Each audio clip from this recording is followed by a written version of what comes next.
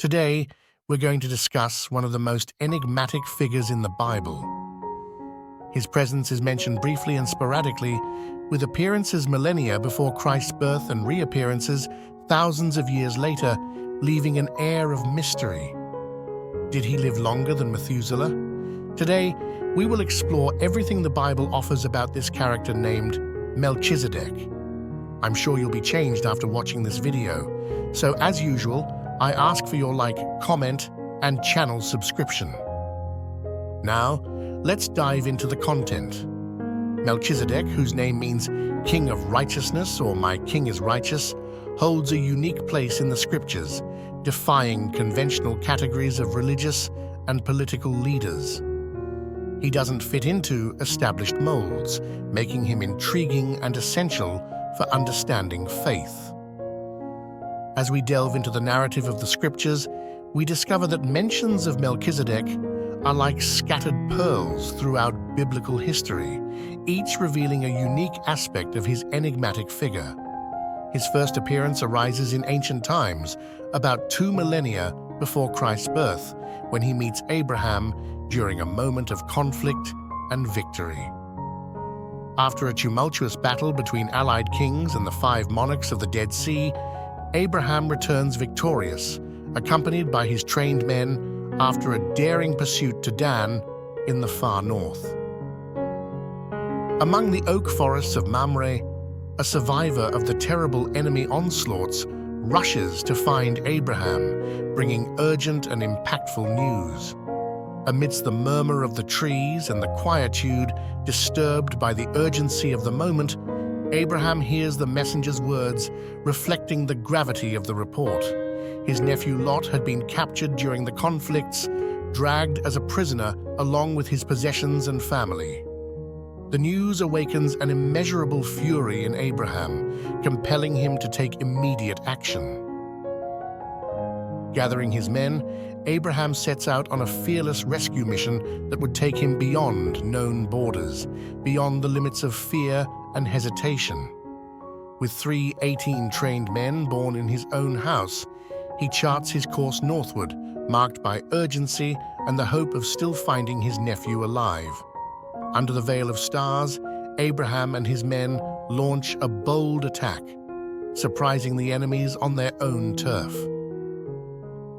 The sound of swords clashes against the silence of the night, with battle cries echoing among the hills. Victory is achieved in the shadows of the night, the clamor of battle silenced by Abraham and his warriors' determination and skill.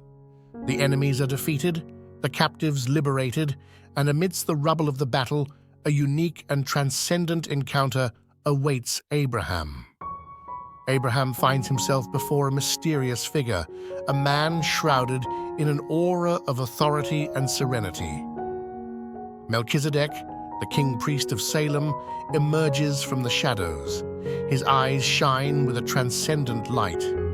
Melchizedek appears suddenly in the biblical account without a genealogy or clearly defined origin. He is presented as the king of Salem and priest of God Most High, with no information about his ancestry or how he came to this position of authority. His appearance is mysterious, and his identity is an enigma that defies complete understanding. The main focus of the account is his interaction with Abraham after the battle, in which the latter rescued his nephew Lot. Melchizedek is presented as an enigmatic and unique figure, playing roles as both king and priest, which makes him fundamental for understanding certain concepts and themes in the biblical narrative. Melchizedek approaches Abraham with firm steps, his imposing presence overshadowing the silence that follows the battle. In his hands, he brings bread and wine, symbols of sustenance and communion, gestures that transcend words and reach into the depths of the soul. Overcome with reverence at this unique encounter, Abraham bows before Melchizedek, acknowledging the grandeur of the one before him. In a gesture of deep respect and devotion, Abraham receives the bread and wine from Melchizedek's hands, symbols of blessing and spiritual communion. Melchizedek raises his hands toward the heavens, blessing Abraham with words that echo beyond time and space, laden with power and divine significance. He acknowledges God's blessing upon Abraham, the favored of the Most High, chosen for a mission that transcends human understanding.